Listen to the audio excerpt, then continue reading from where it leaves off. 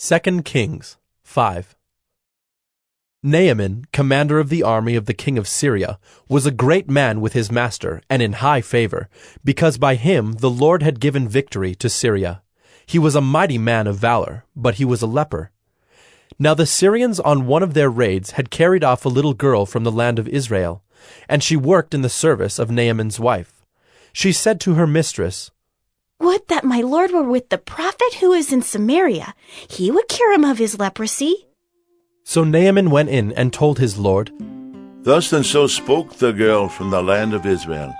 And the king of Syria said, "Go now, and I will send a letter to the king of Israel." So he went, taking with him 10 talents of silver, 6,000 shekels of gold, and 10 changes of clothing.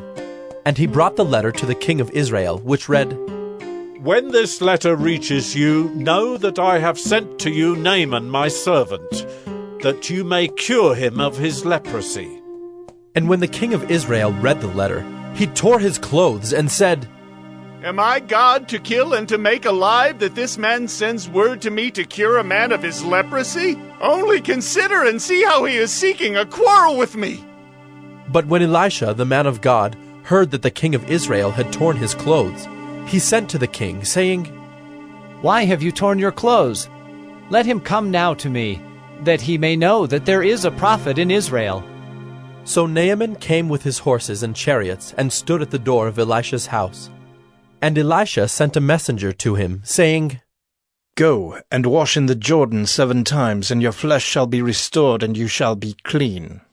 But Naaman was angry and went away, saying, Behold, I thought that he would surely come out to me, and stand and call upon the name of the Lord his God, and wave his hand over the place and cure the leper.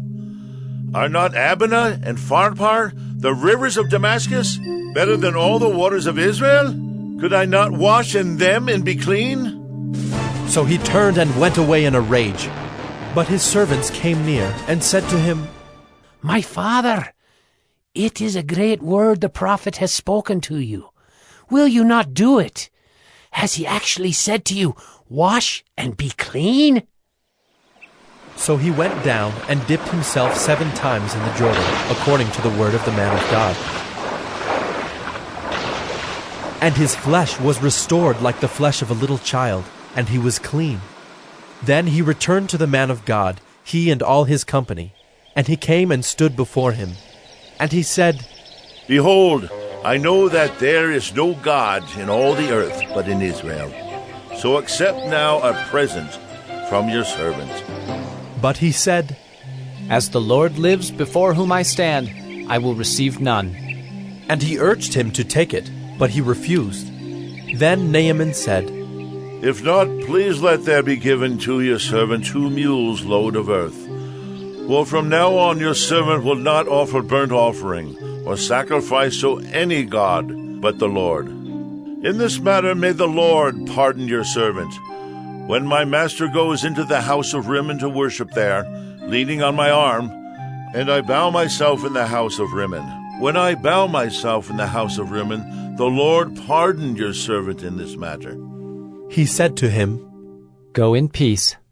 But when Naaman had gone from him a short distance, Gehazi, the servant of Elisha, the man of God, said, "See, my master has spared this Naaman, the Syrian, in not accepting from his hand what he brought. As the Lord lives, I will run after him and get something from him." So Gehazi followed Naaman, and when Naaman saw someone running after him, he got down from the chariot to meet him and said, Is all well? And he said, "All is well, my master has sent me to say, there have just now come to me from the hill country of Ephraim 2 young men of the sons of the prophets. Please give them a talent of silver and 2 changes of clothing." And Naaman said, Be pleased to accept 2 talents. And he urged him, and tied up 2 talents of silver in 2 bags, with 2 changes of clothing, and laid them on 2 of his servants. And they carried them before Gehazi. And when he came to the hill, he took them from their hand, and put them in the house. And he sent the men away, and they departed. He went in and stood before his master. And Elisha said to him, "Where have you been, Gehazi?"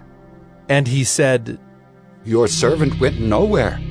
But he said to him, Did not my heart go when the man turned from his chariot to meet you?